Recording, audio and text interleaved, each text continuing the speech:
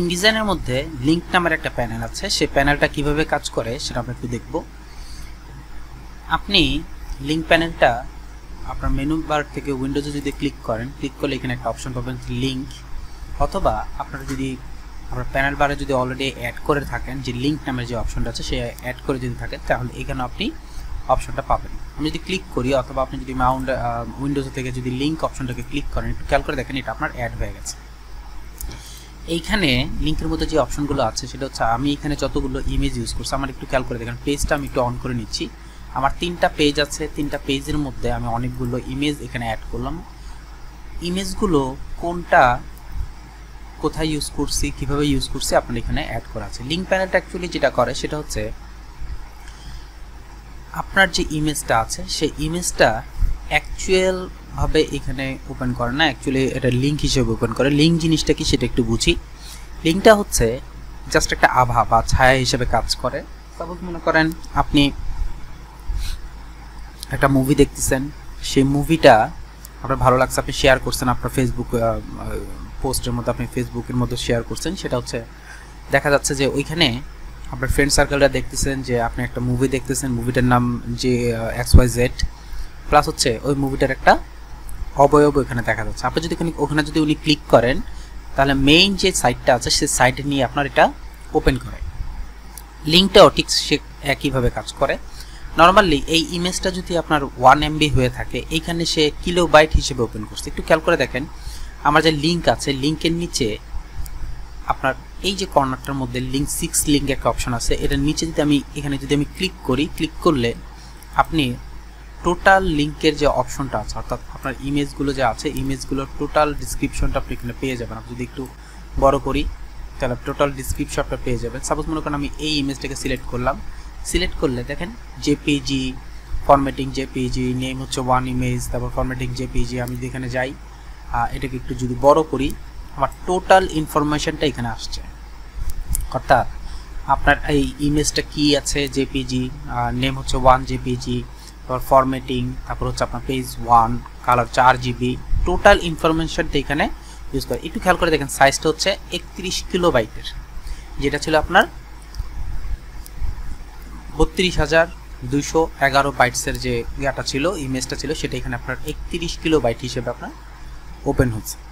একটু খেয়াল করে দেখেন 32 বাইটস ইজ ইকুয়াল টু হচ্ছে প্রায় 32 মেগাবাইটের মতো। আপনার 32,000 যেহেতু 32 মেগাবাইটের মতো এরকম একটা ইমেজ এখানে আপনার 32 কিলোবাইট হিসেবে ওপেন হচ্ছে। এই যে অপশনটা আছে, এইভাবে আপনার একটা আজ এ আভা হিসেবে আসে। আপনি যদি মাউসটা আপনার ইমেজের উপর রাখেন, তাহলে একটু খেয়াল করে দেখেন C user, Shoaib, OneDrive, desktop, আপনার কোথায় আছে, অর্থাৎ আপনার ফাইলটা অরিজিনাল ফাইলটা কোথায় আছে সেই ফাইলটার মধ্যে আপনার সব কিছু দেখা দিচ্ছে, এখানে রাখলেই দেখা দিবে। বাম পাশে, ডান পাশে আপনার শো করতেছে কোন পেজে কোন ইমেজটা আমি ইউজ করছি, কোন কি ইউজ করছি। এমনকি আমি যে জেপিজি, তারপর হচ্ছে আপনার এখানে একটা AI ফাইল ইউজ করা আছে, যে কি ফাইল আপনি ইউজ করছেন সেটা আপনার এখানে শো করতেছে। নর্মালি আমি জেপিজি যে অংশটা আছে সেটাকে যদি আমি সিলেক্ট করি, এই যে সিলেক্টেড যে অপশনটা আছে সেটার মধ্যে আমি এখানে অ্যারোর যে অপশনটা আছে, এই অ্যারোটার মধ্যে আমি ক্লিক করি, একটু খেয়াল করে দেখেন ইনফরমেশনটা, টোটাল ইনফরমেশনটা আপনার এখানে চলে আসবে। তো এত বাইটের একটা অপশন এখানে আপনার মাত্র 1.6 মেগাবাইট হিসেবে ওপেন হচ্ছে। এই যে অংশগুলো আছে এটাকে আপনার জাস্ট একটা আভা হিসেবে কনভার্ট করে সে অনেক কিছু হাইড করে দেন, হচ্ছে আপনার এখানে অ্যাড করে দেয়। এতে আপনার ফাইল সাইজটা অনেক কমে যায়, কমে গিয়ে আপনার ফাইলটা অনেক হালকা হয়ে যায়। এখানে নিচে একটু খেয়াল করে দেখেন অনেকগুলো অপশন আছে, সেই অপশনগুলো আমি একটা পর একটা ইউজ করতেছি। কখনো যদি আনফরচুনেট একটু খেয়াল করে দেখেন, আপনি এই ইমেজটাকে সিলেক্ট করলেন, এই ইমেজটাকে সিলেক্ট করলে আপনি এই পাশে একটা অপশন পাবেন। এই অপশনের মধ্যে আমি ক্লিক করি, একটা অপশন দেওয়া আছে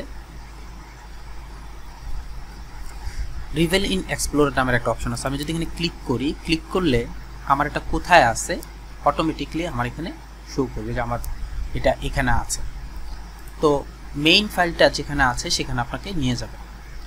তো এই যে অপশনগুলো আছে, আপনার মেইন ফাইলটা আছে, আপনি লিঙ্ক করলে আপনার অরিজিনাল ফাইলটা ওইখানে থাকলো, আর একটা আভা হিসেবে এখানে আসে। তো নর্মালি এই লিঙ্ক করলে যে অপশনটা হয়, যে কাজটা হয়, সেটা হচ্ছে আপনি যদি অনেকগুলো ইমেজ করেন, অনেকগুলো অবজেক্ট আপনি ইউজ করেন এবং সেগুলো যদি আপনি লিঙ্ক করে ইউজ করেন, তাহলে আপনার ফাইল সাইজটা খুবই হালকা হয়, খুবই আপনার সফট হয়। কিন্তু এটা যেমন উপকারিতা আছে, ঠিক অপকারিতাও একটা আছে।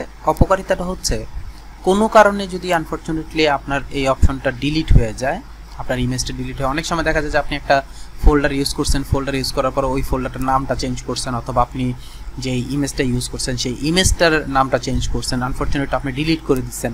এরকম যদি হয় তখন আপনার কী ধরনের কাজ করে সেটা একটু দেখতে চাই। আমার ডেস্কটপের যেখানে এই ইমেজটা আছে, এই ইমেজটা আমি ডিলিট করে দেবো। ডিলিট করলে কি হয় একটু খেয়াল করে দেখেন। সো আমি আমার ডেস্কটপের যে উইন্ডোজ আছে সেখানে গেলাম, এখানে গিয়ে আমার ডেস্কটপের মধ্যে যে ইমেজটা ছিল এখান থেকে আমি এটাকে ডিলিট করে দিচ্ছি। আমি জাস্ট এখানে ডিলিট করে দিলাম। ডিলিট করে দেওয়ার পর আমি যদি ইনডিজাইনে চলে আসি, একটু খেয়াল করে দেখেন, এইখানে আপনার একটা রেড মার্কস আসছে আর এখানেও একটা রেড মার্কস আসছে। যেটা হবে সেটা হচ্ছে আপনার এটা যেটা বলে সেটা হচ্ছে আপনার যে মিসিং ক্লিক টু রিলিঙ্ক, আপনার এই ইমেজটা মিসিং হয়ে গেছে। মিসিং হয়ে যাওয়ার কারণে আপনাকে বলতেছে আবার রিলিঙ্ক করার জন্য। এর কথাটা হচ্ছে বা এটার জ্ঞানটা হচ্ছে, যদি কখনো যদি এরকম হয় যে আপনার ফোল্ডারটা আপনি ডিলিট করে ফেলছেন, আনফরচুনেটলি কোনো কারণে আপনি যদি ডিলিট করে ফেলেন, তখন আপনার এই অপশনটা আসবে। এতে আপনার যেটা হবে, আপনি যখন এই ফাইলটা যখন আপনি আবার ওপেন করবেন, তখন দেখা যাবে যে আপনার এই ইমেজটা থাকবে না, কারণ আপনি ইমেজটা ডিলিট করে দিচ্ছেন, এই জন্য আপনি ইমেজটা পাবেন না। একটু খেয়াল করে দেখেন, আমি যখন এখানে আবার এটাকে রিস্টোর করে দিচ্ছি আমার ফাইলের মধ্যে, অটোমেটিকলি সে আপনার এখান থেকে রেড ক্রসটা উঠিয়ে দিচ্ছে। তো নর্মালি যেটা করে সেটা হচ্ছে অ্যাজ এ লিঙ্ক হিসেবে রাখে এটা। এই লিঙ্ক যদি আপনার অ্যাক্টিভ থাকে, অর্থাৎ দেখেন একটু খেয়াল করে দেখেন, একটা চেইনের মতো দেখা যাচ্ছে। এই লিঙ্ক যদি আপনার থাকে, এতে আপনার যেটা হয় সেটা হচ্ছে এইরকম যদি কখনো প্রবলেম ফেস করেন, তাহলে আপনার ইমেজটা মিসিং হয়ে যাবে, তো কখনোই আপনি এটাকে ফিরে পাবেন না। এজন্য লিঙ্কে আপনি এমবেড করে নিয়ে কাজ করতে পারেন, অর্থাৎ আপনার মেইন ফাইলটা এখানে ওপেন করে কাজ করবেন। যেহেতু আমি ইনডিজাইনের মধ্যে এরকম কোনো ওয়ে নাই যে আমি ফাইলে গেলাম, ফাইল থেকে ওপেনে ক্লিক করলাম, ওপেন ক্লিক করলে আপনি খেয়াল করে দেখেন আপনি কোনো ধরনের আপনি ইমেজ ওপেন করতে পারবেন, কিছু ওপেন করতে পারবেন না। আপনি যেটা করতে পারবেন সেটা হচ্ছে লিঙ্ক হিসেবে, অ্যাজ এ প্লেস হিসেবে কাজ করতে পারবেন। তো সেক্ষেত্রে আপনি কীভাবে কাজ করতে পারেন, এটাকে সিলেক্ট করে আপনি যদি অপশনে ক্লিক করেন, অপশনে ক্লিক করে একটা অপশন পাবেন হচ্ছে এমবেড লিঙ্ক। আমি যদি এমবেড লিঙ্কে ক্লিক করি, একটু খেয়াল করে দেখেন এখান থেকে এমবেড লিঙ্কটা চলে গেছে। এটা এখন যেটা হচ্ছে সেটা হচ্ছে অ্যাজ ইউজুয়াল আপনার যে মেইন ফাইলটা আছে সেই ফাইলটা হিসেবে এখানে ওপেন হচ্ছে। একটু খেয়াল করে দেখেন আমার যে ইমেজটা আছে এই ইমেজটা এখন এমবেড অবস্থায় আছে। এমবেড অবস্থায় থাকাতে এটা আপনার যে অপশনটা আছে অ্যাক্টিভ করে দিচ্ছে, এখানে ট্রান্সপারেন্সি নো করে দিচ্ছে, অ্যাক্টিভ করে। সো আপনি এখন এটাকে যদি ওইখান থেকে ডিলিটও করে ফেলেন, আমি যদি আমার ফাইলে গিয়ে ডিলিট করে ফেলি এটাকে, আমি যদি এখন এখানে ডিলিটে প্রেস করি, ডিলিটে প্রেস করলে একটু খেয়াল করে দেখেন এইখানে কিন্তু কোনো ধরনের কোনো কিছু পরিবর্তন হচ্ছে না, অর্থাৎ আপনার যে ইমেজটা আছে সেটা সে এখানে সম্পূর্ণভাবে ওপেন করছে, অ্যাজ এ কপি হিসেবে ওপেন করে দিচ্ছে, অর্থাৎ ওইখানে একটা কপি ছিল, এখানে একটা কপি হিসেবে ওপেন করে দিচ্ছে।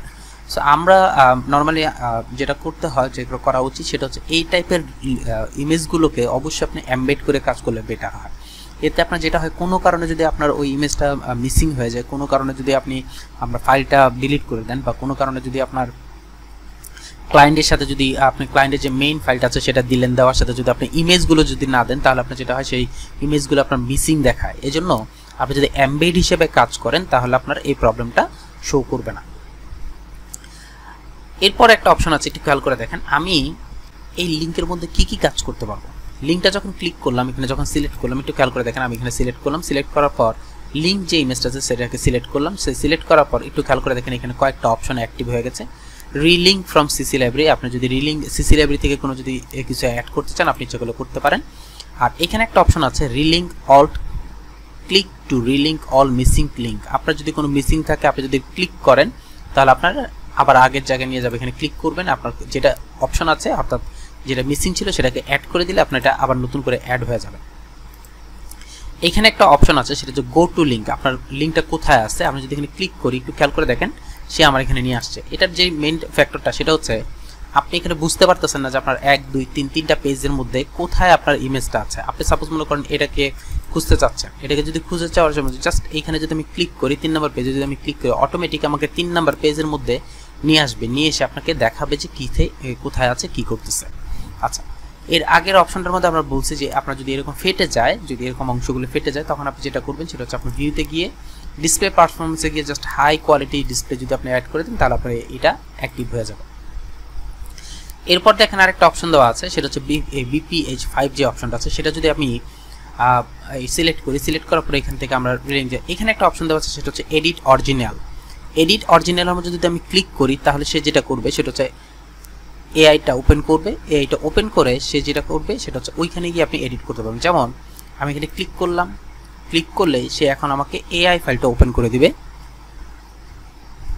একটু খেয়াল করে দেখেন আমার মেইন যে ফাইলটা আছে সেই ফাইলটার মধ্যে অ্যাড করে দিচ্ছে। আমি এখানে সিলেক্ট করলাম, সিলেক্ট করে কালারটা চেঞ্জ করে দিলাম, এটার কালারটা চেঞ্জ করে, দুইটা কালার আমি চেঞ্জ করে দিচ্ছি, কালার চেঞ্জ করে দিয়ে এই কালারটা ইউজ করলাম। কালার ইউজ করার পর আপনাকে জাস্ট যেটা করতে হবে Ctrl+S ইউজ করতে হবে। Ctrl+S ইউজ করলে এটা আপনার সেভ হয়ে যাবে। সেভ হয়ে যাওয়ার সাথে সাথে আপনি খেয়াল করে দেখেন InDesign-এর মতো অটোমেটিকলি এই ইফেক্টটা চলে আসছে। সো আপনি লিঙ্ক ইউজ করলে যে সুবিধাটা হয় সেটা হচ্ছে আপনি কোত্থেকে আনছেন, কিভাবে আনছেন, কোথায় ছিল, কিভাবে ইউজ করবেন। আপনি যদি ভুলে যান যে আপনি কোথায় ছিল, কি করতেন, আপনি ইজিলি এখান থেকে অ্যাড করে নিতে পারবেন। লিঙ্কে যেমন সুবিধাও আছে তেমন অসুবিধাও আছে। অসুবিধাগুলোর মধ্যে যেটা আছে সেটা হচ্ছে আপনি যদি কখনো আনফরচুনেটলি আপনার ক্লায়েন্টকে আপনার এই ইমেজগুলোর সাথে করে না দেন, তাহলে যেটা হবে সেটা হচ্ছে আপনার ইমেজগুলো মিসিং দেখাবে। এখন আপনি এত কষ্ট করে কাজ করেছেন, কাজ করার পরে যদি আপনি ফাইলটা না দেন, তাহলে দেখা যাবে যে আপনার একটা ইমেজও শো করতেছে না, সবগুলো আপনার চলে যাবে। সো এই জন্য আপনি যেটা করতে পারেন সেটা হচ্ছে আপনি এমবেড করে নিয়ে কাজ করতে পারেন। এখন আরেকটা কথা থাকতে পারে, সেটা হচ্ছে আপনি এখানে অনেকগুলো ইমেজ ইউজ করছেন, অর্থাৎ আপনার মিনিমাম 50-60টা 100 200 300 আপনি ইমেজ অ্যাড করছেন, সবগুলো যদি আপনি এমবেড করেন, এতে আপনার যেটা হবে আপনার ফাইলটা অনেক ভারী হয়ে যাবে। তবে এক্ষেত্রে আপনি যেটা করতে পারেন সেটা হচ্ছে আপনার অনেক যদি আপনি ইমেজ করেন, অবশ্যই আপনি আপনার ফাইলের সাথে আপনার ইমেজের ফোল্ডারটা অবশ্যই দিয়ে দিবেন। যদি আপনি এটা দিয়ে দেন তাহলে আপনার এই ইমেজগুলোর মিসিং দেখাবে না। অর্থাৎ আপনার ফাইলের সাথে উনি যেটা করবেন সেটা হচ্ছে আপনার কপি করে নেবেন, আপনার ফোল্ডারটা কপি করে নেবেন, কপি করে নিয়ে যদি উনি ওনার কম্পিউটারে ওপেন করেন, দেন হচ্ছে আপনার কাজটা করেন। এটার মেইন উদ্দেশ্য হচ্ছে আপনি যে ইমেজগুলো ইউজ করছেন সেই ইমেজগুলো ওনার কম্পিউটারে যদি থাকে দেন হচ্ছে ওপেন হবে, আর যদি না থাকে তখন দেখা যাবে your image is missing. So that এই জন্য এই কাজটা করা যাবে না। কিন্তু আপনি যদি সবগুলো এমবেড করে নেন তাহলে আর আপনাকে কিছু করতে হবে না, অটোমেটিকলি আপনার ওইখানে ওপেন হয়ে যাবে। এতে আপনার যে প্রবলেমটা হবে সেটা হচ্ছে আপনার ফাইলটা অনেক ভারী হয়ে যাবে। নর্মালি আপনি যদি এই ফাইলটা এখন যদি সেভ করে যদি 5 MB হয়, কিন্তু সবগুলো ছবি যদি এমবেড করে কাজ করেন, তাহলে যেটা হবে সেটা হচ্ছে আপনার ফাইলটা অনেক বেড়ে যাবে, ফাইল সাইজটা আপনার অনেক বেড়ে যাবে। এই জন্য আপনি যেটা করতে পারেন সেটা হচ্ছে আপনি অবশ্যই যদি আপনার ফাইলকে হালকা রাখতে চান, সফট রাখতে চান, তাহলে আপনি সাথে ইমেজের যে ফোল্ডারটা আছে সেটা দিয়ে দিবেন। আর যদি কম ইমেজ ইউজ করেন তাহলে আপনি যেটা করবেন সেটা হচ্ছে এমবেড করে কাজ করবেন। তো এইভাবে আপনি লিঙ্ক ইউজ করতে পারেন, আপনি লিঙ্কের প্যানেলটা আপনি ইউজ করতে পারেন। এখানে আপনি যদি ক্লিক করেন, ক্লিক করে একটু খেয়াল করে দেখেন আমি এই ইমেজটাকে সিলেক্ট করলাম, সিলেক্ট করে এখানে ক্লিক করে দেখুন রিলিঙ্কের অপশনটা, রিলিঙ্ক ফোল্ডার যে অপশন থেকে আমি ফোল্ডার থেকে আমি করছি সেটা রিলিঙ্ক ফাইলস এক্সটেনশন। আপনি যদি ফাইল এক্সটেনশন করতে চান সেটা রিলিঙ্ক সিসি লাইব্রেরি সেটাও করতে পারেন।